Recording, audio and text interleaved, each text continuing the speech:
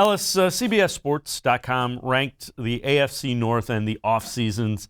Browns best in the division, followed by the Steelers, Bengals. They had the Ravens as having the weakest offseason. Just a reaction to that. Yeah, I think the Ravens make a lot of sense. The Steelers were able to really retain the bulk of their defense aside from Bud Dupree, which everyone knew that wasn't going to happen anyway.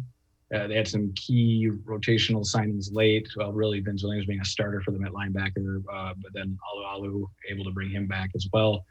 I think the Bengals really had a push, and I think on paper it's a push, but then when you look or try to consider what's going on in team building sense of chemistry and culture, I just don't think it's ever that good of an idea to let your in-house talent walk, William Jackson and Carl Lawson, and then pay outside talent. I think your locker room sees that and they wonder, like, all right, well, I'm not going to get a second or third contract from you guys. See AJ Green also.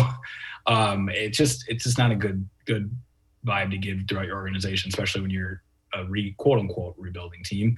And then the Ravens have just been quiet. I actually would put the Ravens above the Bengals probably. They brought in Kevin Zeitler helping the interior of their line. Sammy Watkins at receiver, who we'll see how that goes. But, they're going to try and hit this draft and address their one hole that way.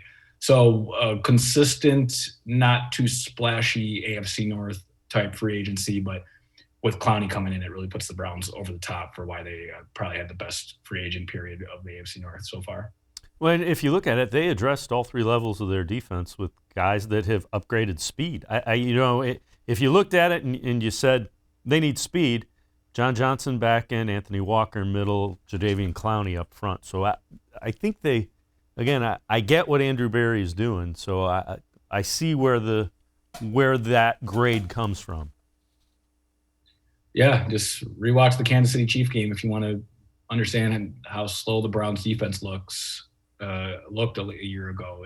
You're exactly right. They consider Anthony Walker one of the fastest linebackers in football.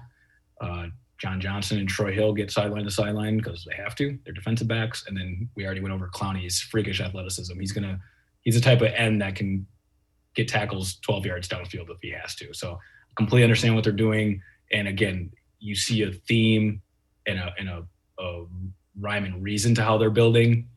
And you really don't see that in Cincinnati. And then the Ravens and Steelers are always sound, and the Browns have finally joined them.